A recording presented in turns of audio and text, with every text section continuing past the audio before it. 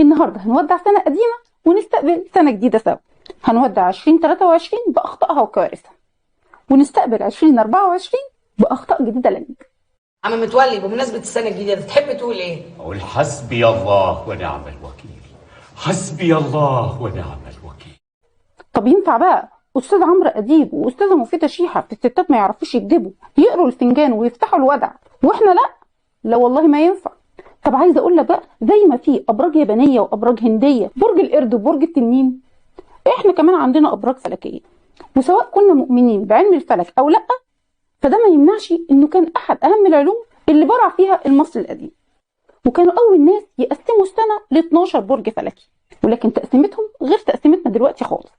فلو عايز تعرف برجك الفلكي المصري القديم خليك معايا.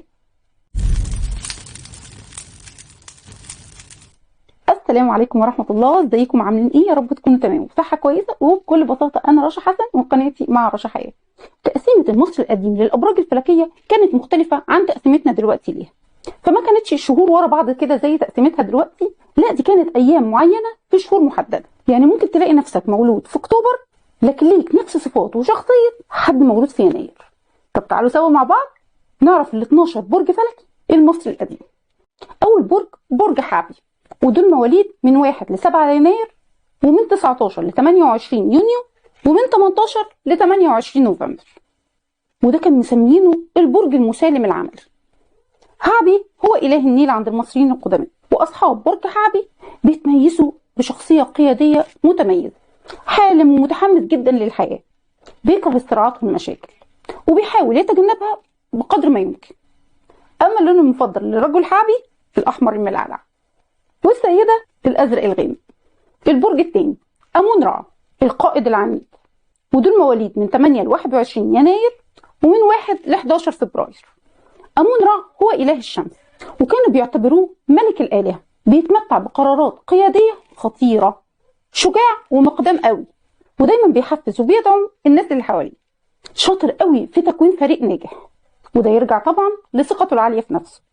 واللون المفضل لرجل آمون رع هو الأصفر، وللسيدة البرتقالي.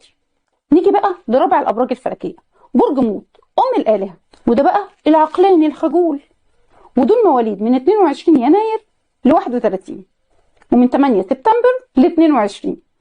ده البرج بقى رمز الأمومة، بتميز منه حنون ومتوازن، عقلاني وخجول قوي، مش بيعرف أبدا يعبر عن أحسانه، كريم ومتفائل، وعنده تفاني جامد قوي في العمل، مبدأه الشرف والحب والصدق.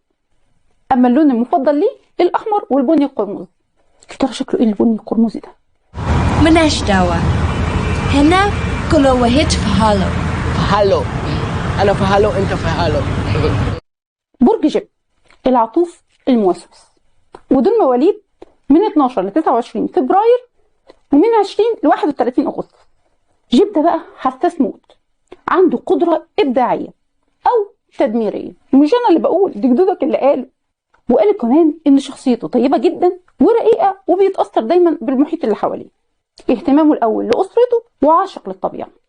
اللون المفضل للرجل البنفسجي، أما السيدة الأحمر والبرتقالي. برج أوزوريس، المرن المتسرع، ودول مواليد من 1 ل 10 مارس، ومن 27 نوفمبر ل 18 ديسمبر. برج أوزوريس ده حسيت فيه كتير قوي من برج الجوزاء. تقريبا بقى برج أوزوريس ده هو برج الجوزاء عند القدماء المصريين، لأنهم قالوا وبعضمة لسانهم إنه عنده جانبين مختلفين، فهو قوي قوي وبرضه ضعيف خالص. إذا عليك الأمان. بيطارد أحلامه بكل ما أوتي من قوة، ما بيستسلمش أبدا بسهولة، ودايما بيتشد للحاجات الصعبة واللي تقريبا كده بتبقى مستحيلة. كأني بتكلم عن نفسي، أصلا أنا برج الجوزاء، بس الجوزاء الطيب مش الشرير. لو تيجي سيرتك قدامي بفضل اقول انا مش هشتاق، ودقيقة وارجع في كلامي ليه هو انا برج الجوزاء، ولا انا واقع في عصابة، ولا انا عندك بتغابة، ولا انت صوتي في الحلاوة وخليت الحلوين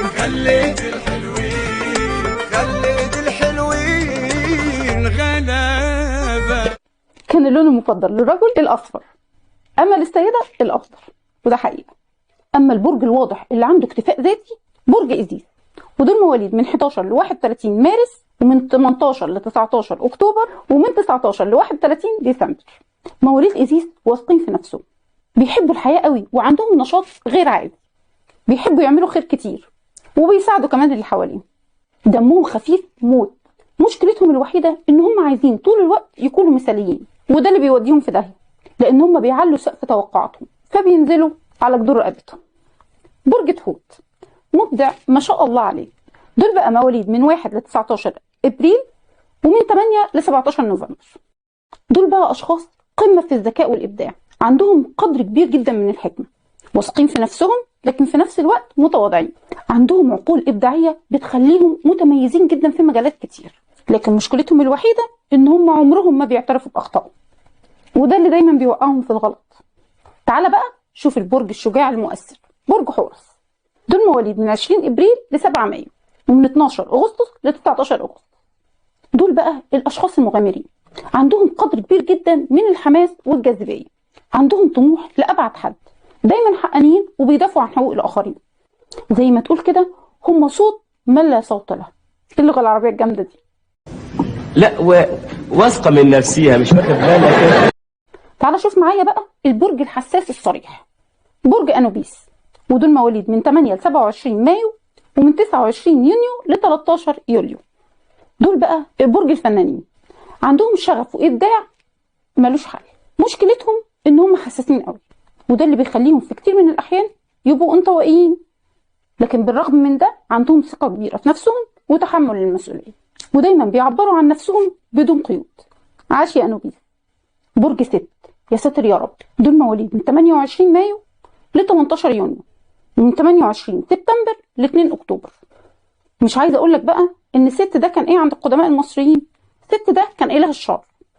عشان كده هتلاقي اصحاب برج ست مغامرين وبيعشقوا التحدي، بيتعلموا من اخطائهم ومش بيقعوا في الغلطه مرتين، لكن مشكلتهم ان صعب جدا التنبؤ بردود افعالهم، وخصوصا عند الغلط. اللهم احفظنا بقى من ست وبرجه. اما بقى لو كنت هادي وعندك حنين دايما للماضي فانت اكيد برج باستت. ودول مواليد من 14 ل 28 يوليو، ومن 23 ل 27 سبتمبر، ومن 3 ل 17 اكتوبر. بسط عند القدماء المصريين كانت على شكل قطه، فهتلاقي برج بسط دايما عنده سلام نفسي رهيب جدا، ما بيحبوش ابدا الصراعات. الذكريات بتلعب دور جامد قوي في حياتهم، وده اللي بيخليهم دايما متقلبين او مكتئبين. اما اخر برج معانا فهو برج سخمت. ودول مواليد من 29 يوليو ل 11 اغسطس، ومن 30 اكتوبر ل 7 نوفمبر. ما اخبيش عليكم بقى، سخمت دي كانت آلهة الحرب عند المصريين القدماء، علشان كده مواليد برج سخمت عندهم قوة وصرامة ما اقولكش، ودايما بيسعوا ان هم يعملوا حاجة في حياتهم دايما يفخروا بيها.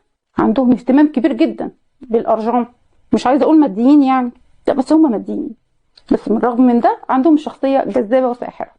دول كانوا ال 12 برج فلكي بصفتهم ببابا النجوم.